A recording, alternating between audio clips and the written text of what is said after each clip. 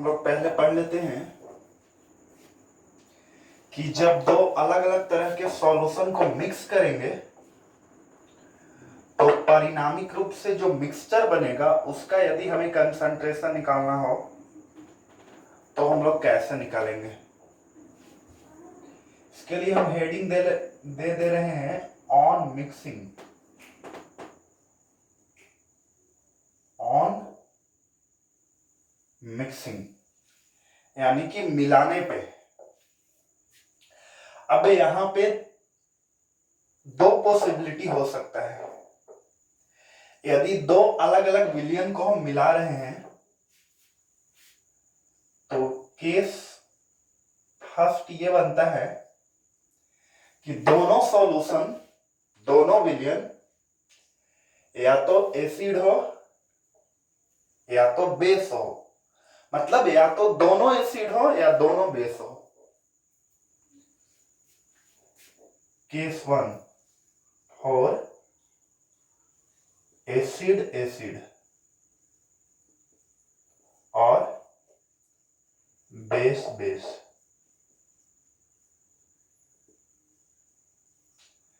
यानी कि मान लीजिए एक HCl का विलयन है और दूसरा H2SO4 का विलयन है, तो ये दोनों क्या है, एसिड है।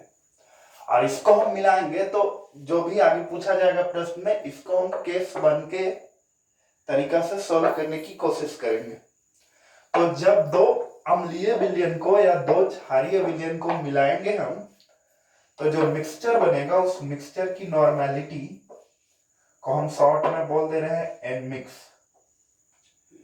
एन मिक्स बराबर फॉर्मूला होगा N1V1 प्लस N2V2 बटे V1 प्लस V2। इसको हम क्वेश्चन से समझाने की कोशिश कर रहे हैं। क्वेश्चन है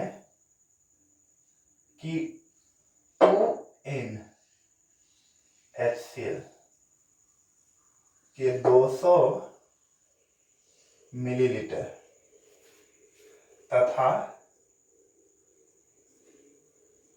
4N H2SO4 के 300 ml विलयन को, विलयन यानी कि सॉल्यूशन, मिलाया गया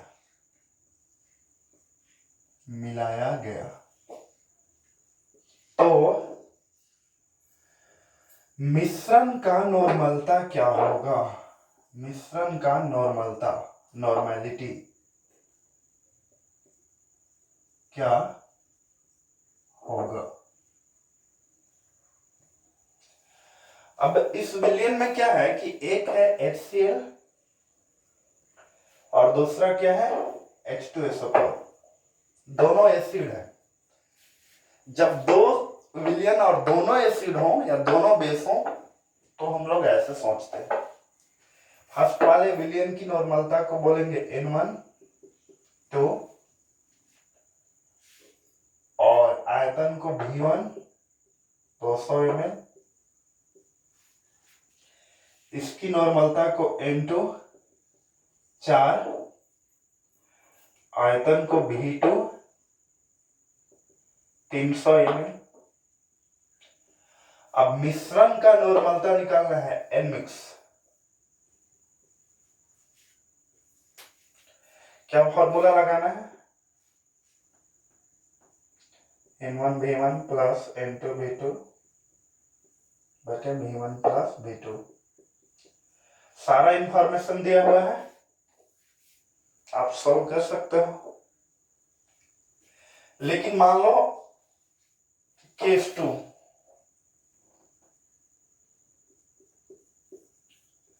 और एसिड बेस, मतलब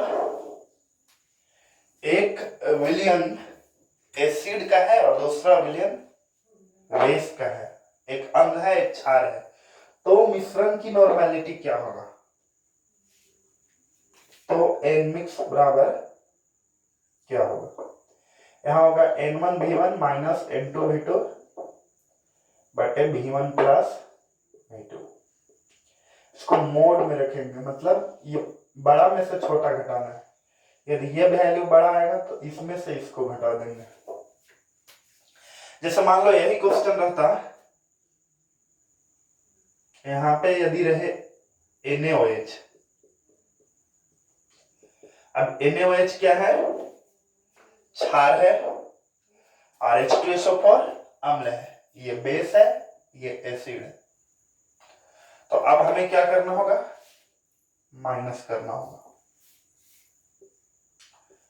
ठीक है,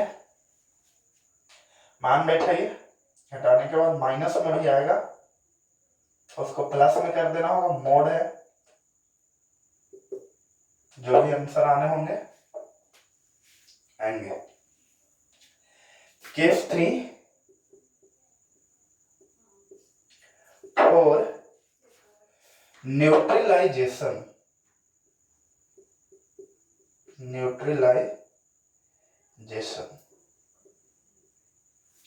हिंदी में इसे बोलते हैं उदासीकरण। न्यूट्रलाइजेशन क्या होता है?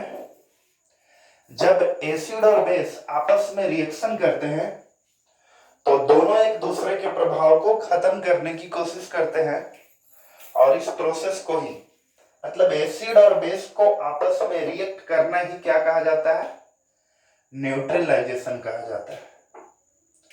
मान लो एक एसिड है जिसकी नॉर्मलता N1 है और आयतन V1 है, और दूसरा बेस है जिसकी नॉर्मेलिटी N2 है और वॉल्यूम V2 है।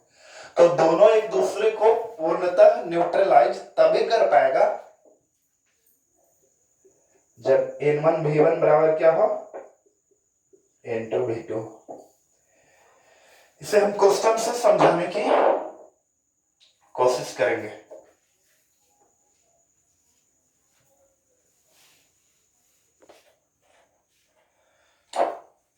क्वेश्चन है, what is the strength of solution which 12 ml न्यूट्रलाइजेज 1/10 ml of 15 NaOH solution. देखो, NaOH का कोई विलयन है और ये 15 N विलयन है, मतलब इस विलयन का इस सॉल्यूशन के लिए नॉर्मेलिटी क्या है? 15। और इसका जो आयतन है वो क्या है? 1/10 ml। अब बोल रहा है कि इसको न्यूट्रलाइज, इसको उदासीकरण करने के लिए एक सॉल्यूशन लिया जाता है, दूसरा वो कितना लिया जाता है? 12 ml।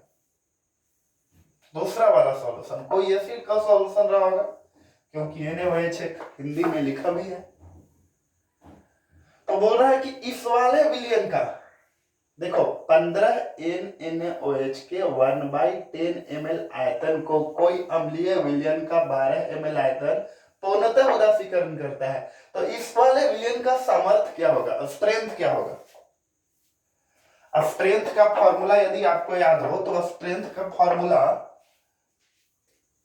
N गुणे तुल्यांकी द्रव्यमान भी होता है। यदि इसके लिए N पता हो जाए, नॉर्मेलिटी पता हो जाए, तो इसका सामर्थ्य निकल जाएगा। इसके लिए आपको S निकालना है। अब इंफॉर्मेशन ये दिया हुआ है कि ये इतना आयतन जो है वो इसको पूर्णतः उदासीकरण करा दे रहा है। मान लो इसको हम N1 बोल दे, V1 बोल दे, इसको V2 बोल दे, तो यहां से N2 निकल जाएगा। क्यों? क्योंकि हमें बताया गया है कि पूर्णतः उदासीकरण तभी हो पाता है, उदासीकरण के लिए और न्यूट्रलाइजेशन क्या है? N1V1 बराबर N2V2। यहां से क्या हो जाएगा? N2 बराबर, निकाल लीजिए, क्या हो जाएगा? N1V1 बटे V2। अब आपको इसके लिए नॉर्मेलिटी पता हो जाएगा, जो भी आप निकालो लेकिन आपको निकालना क्या था, सामर्थ्य। फॉर्मूला क्या लगाओगे, एन गुने तुल्यांकित द्रव्यमान।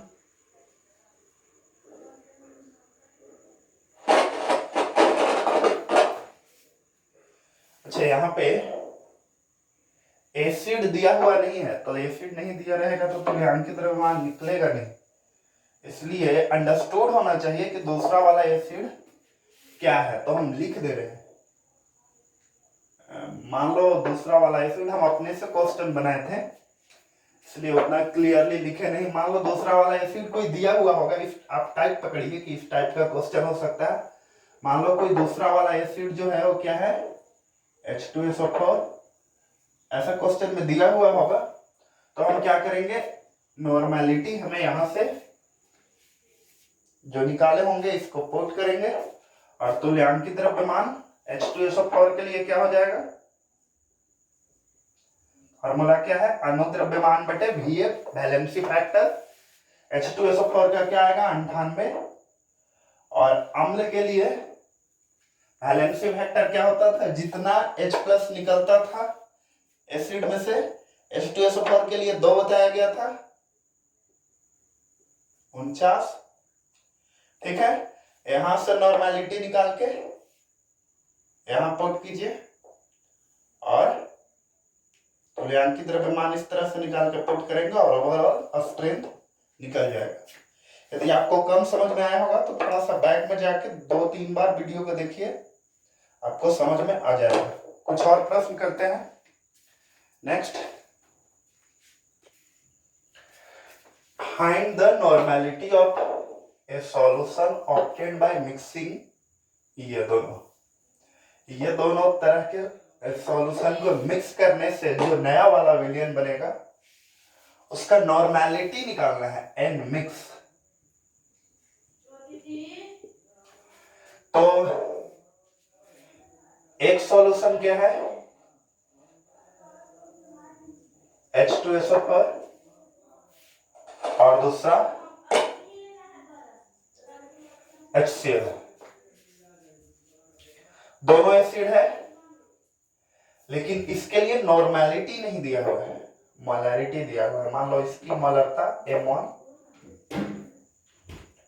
आयतन V1,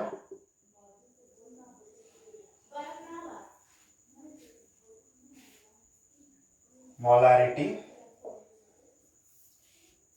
HCl का मोलैरिटी M2 0.2, आयतन V2 200 m। पर आपको क्या चाहिए, एन मिक्स निकालने के लिए N1 N2 चाहिए। तो आप एन कैसे निकालते हो, नॉर्मेलिटी बराबर क्या होता है, मोलैरिटी इनटू वैलेंसी फैक्टर। तो यहां से M1 बराबर क्या हो जाएगा, M1 0.2 है, H2SO4 का वैलेंसी फैक्टर क्या होगा, 2। एसिड का वैलेंसी फैक्टर कैसे देखते हैं, आप पीछे चेक कर लीजिए। एसिड में से जितने H+ निकलते थे क्या हो गया, 0.4, और N2 मोलैरिटी 0.2, HCl का वैलेंसी फैक्टर कितना बताया गया है, 1।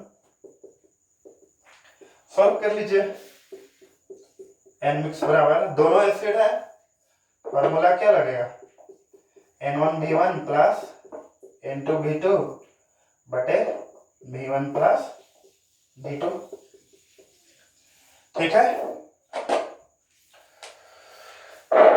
ठीक है, आज इतना ही, धन्यवाद।